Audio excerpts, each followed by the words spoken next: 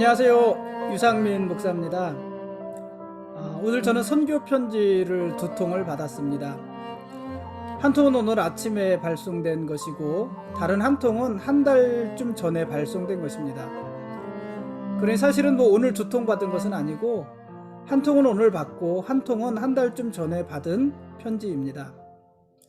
그 두 편지를 모두 오늘 열어봤으니까 한 달쯤 전에 발송된 편지는 제 메일함에서 한 달 동안 방치되어져 있었던 것입니다. 한 달쯤 전에 보낸 선교사님의 선교 편지에는 그동안 선교사님의 근황과 또 기도 제목들이 잘 정리되어져 있었습니다. 선교사님은 그 편지를 쓰시면서 그것을 받는 사람들이 자기 자신을 기억해주고 또 자기 사역을 위해서 함께 기도해 주기를 바라는 마음이 아주 컸을 것입니다.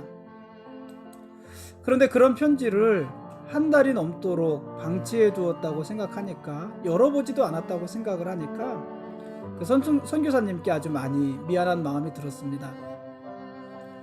사실 요즘은 편지가 흔한 시대는 아니잖아요.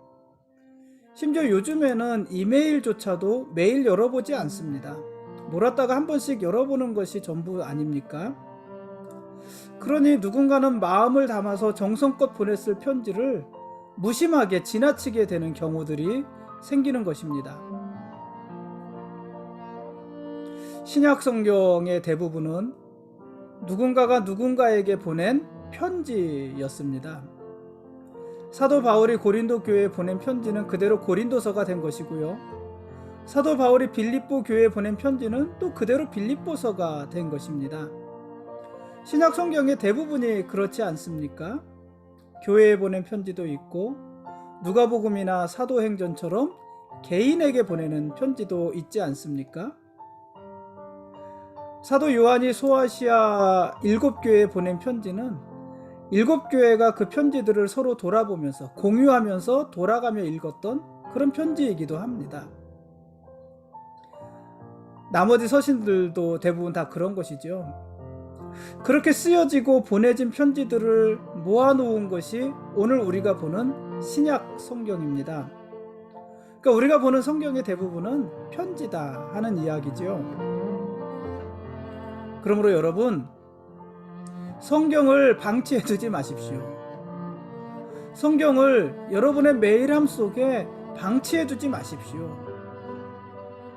성경은 수천 년 전에 어느 누군가에게만 보내진 것이 아니라 그 이후 모든 사람, 모든 세대, 모든 사람에게 보내진 편지고, 그래서 성경은 오늘 우리들에게 보내주시는 하나님의 편지이기도 한 것입니다.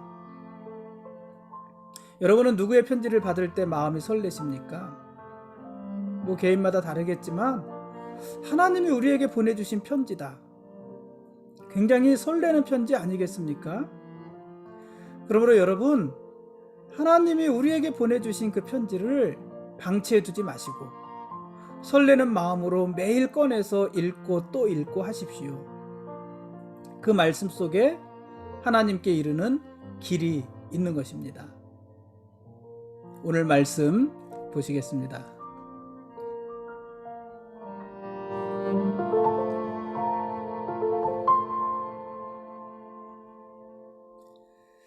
오늘 읽을 말씀은 사무엘하 21장과 22장 말씀입니다. 다윗이 통치하는 이스라엘에 3년간 기근이 계속되었습니다. 다윗은 그것이 단순한 자연현상이 아니라 하나님의 심판이라는 것을 알았습니다. 다윗이 기도하면서 깨달은 것은 그 기근의 원인이 사울왕 당시에 있었던 일로 인해서 하나님께서 이스라엘 백성들을 저주하시는 것이다. 이것을 알게 된 것입니다.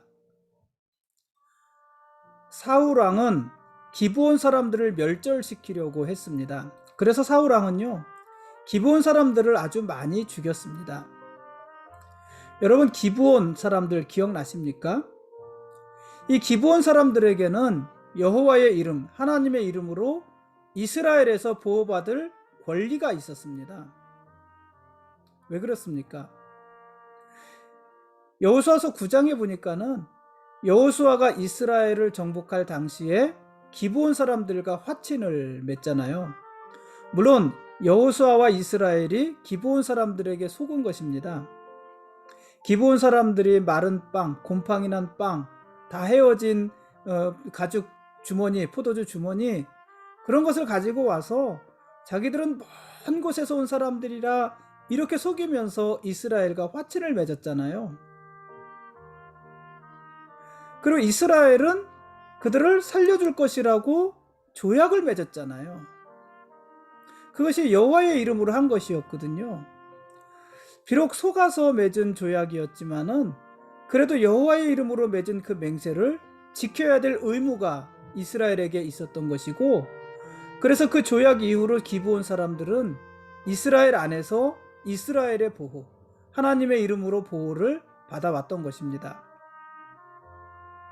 이런 모든 일들이 여호와의 이름으로 되어진 것이기 때문에 사울 왕이 기브온 사람들을 공격하고 그들을 죽이려고 했던 것은 하나님에 대한 모독 행위였던 것입니다.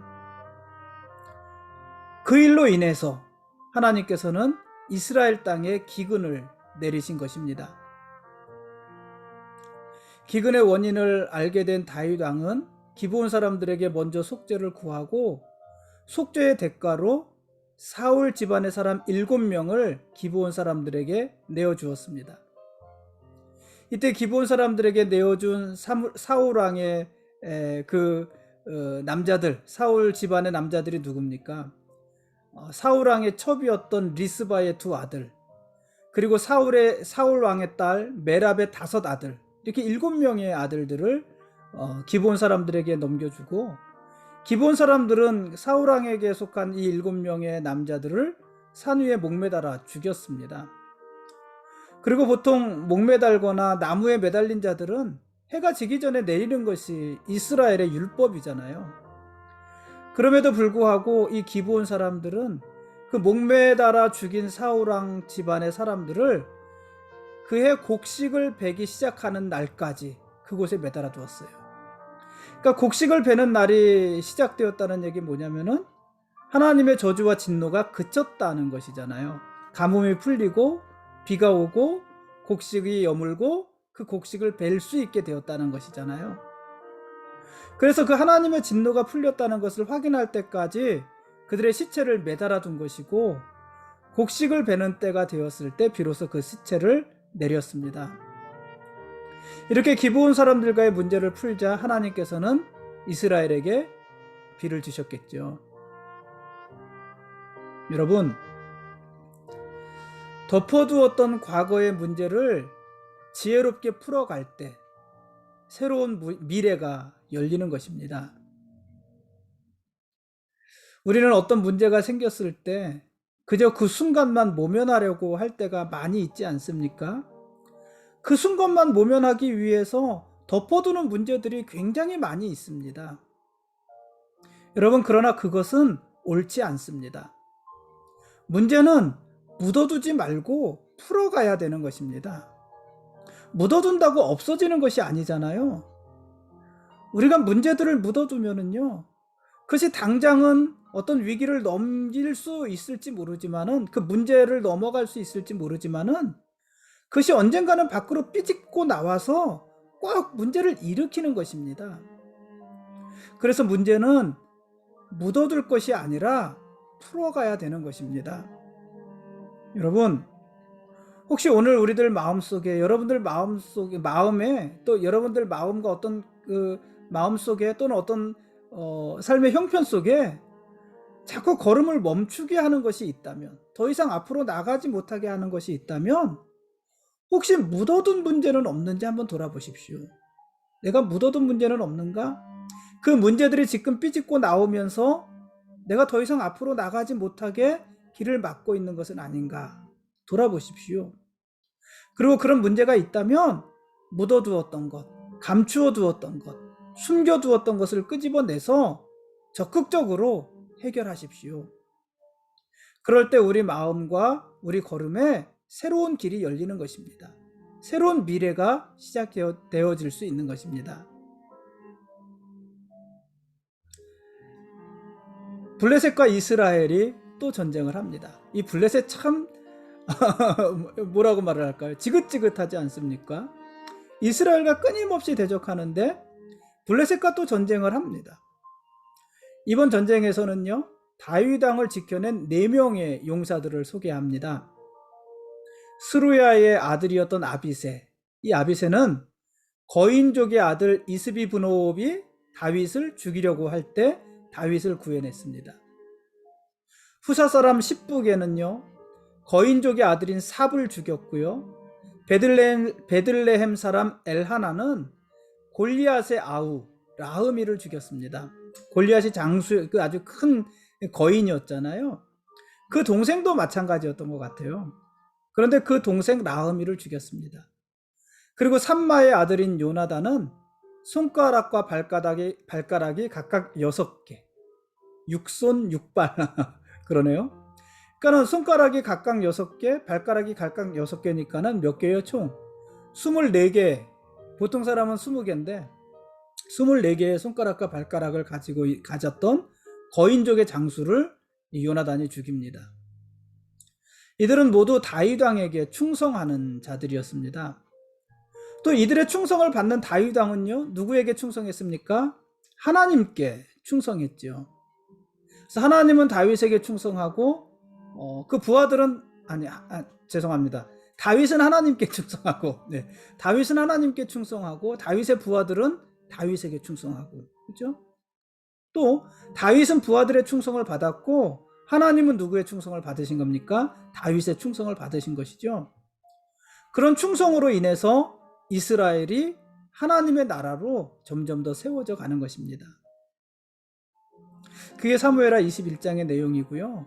사무엘하 22장은 다윗의 찬양시, 시편입니다. 다윗은 지난 날을 돌아보면서 하나님의 구원을 찬양합니다.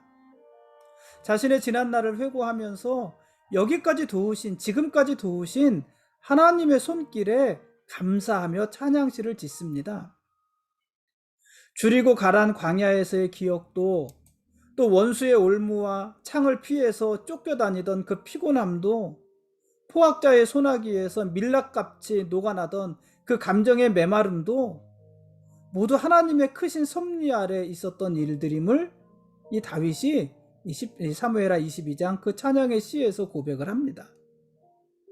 지금까지 다윗이 만난 하나님은 환난과 궁핍함 속에서도 자신을 지키고 보호하셨던 권능의 하나님이신 것입니다. 그래서 다윗은요, 하나님을 어떻게 표현을 합니까? 하나님을 반석이시요 방패시며 구원의 뿌리시고 높은 망대시며 또 피난처요 구원자 되시는 분이다, 이렇게 노래합니다. 이런 다윗의 고백 하나하나에 그동안 하나님과 함께 했던 다윗의 삶이 묻어 있는 것이죠. 그러니까 그 고백 하나하나에 다윗의 사연이 있고 경험이 있고 이야기가 있는 것 아니겠습니까? 살아있는 고백인 것이죠. 여러분, 우리는 그동안 우리와 함께 하신 하나님을 어떤 분으로 표현할 수 있을까요?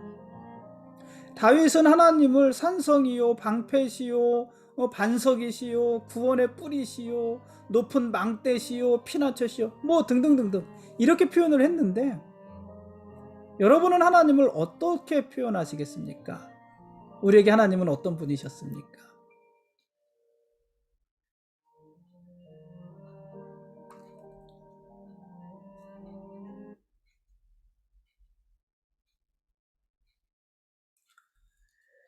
지금까지 사무엘하 21장과 22장 말씀에 대한 길라잡이였습니다.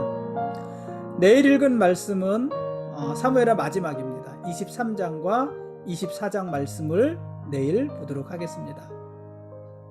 다윗은 자신의 지난 삶을 회고하면서 하나님을 견고한 바위에 비유합니다. 주님께서 그가 깊은 어둠의 수렁을 홀로 걷지 않도록 언제나 등불이 되어주셨고, 인생의 막다른 길에서 낙심하지 않도록 힘껏 손을 내밀어 주셨기 때문에 그렇게 고백할 수 있었던 것입니다. 숱한 생명의 위협 속에서도 다윗에게 안위와 안식을 주시는 견고한 바위가 되어 주셨다. 이것이 하나님에 대한 다윗의 고백입니다. 다윗은 삶의 기록과도 같은 이 사무엘하 22장 이 노래에서 어떤 단어를 쓰냐면은 하나님께서, 주께서, 이는 주께서, 이 하나님이 나를 위하여, 이런 표현들을 써요. 그러니까 자기 삶의 주어가 자기 자신이 아니라 자기 삶의 주어가 하나님이신 것을 고백하는 것입니다.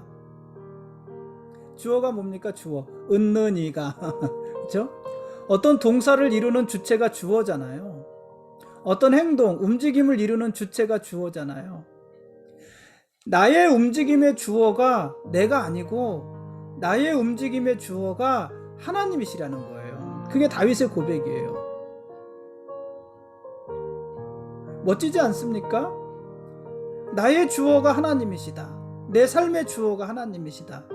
여러분, 이것을요, 우리는 요즘 맨날 뭐라고 고백을 하는 것이에요? 내 삶의 왕이 하나님이시다. 이렇게 고백하는 거잖아요. 사실 같은 의미 아니겠습니까? 그 삶의 왕이신 하나님이 그의 삶을 이끌어 가시는 거니까 그의 삶의 주어이신 것이죠. 이것이 다윗의 고백입니다. 이는 하나님이 자기를 다스리시고 통치하시는 왕이시다, 이런 고백이기도 한 것입니다. 여러분, 다윗과 함께 하신 하나님이 오늘 우리와도 함께 하십니다. 다윗의 왕이 되신 하나님이 오늘 우리의 왕이시고 다윗의 삶의 주어이신 하나님이 오늘 우리의 삶에도 주어이신 것입니다. 그러므로 그 하나님이 오늘 우리와도 함께 해주십니다. 그리고 우리가 거친 광야에서도 홀로 가는 인생이 되지 않도록 우리 곁에서 우리의 힘과 위로가 되어주시는 것입니다. 그러므로 거듭 말씀드리지만 하나님이 우리 삶의 주어이시고 하나님이 우리 삶의 왕이신 것입니다. 우리는 다만 그분의 거룩한 백성들입니다. 고맙습니다.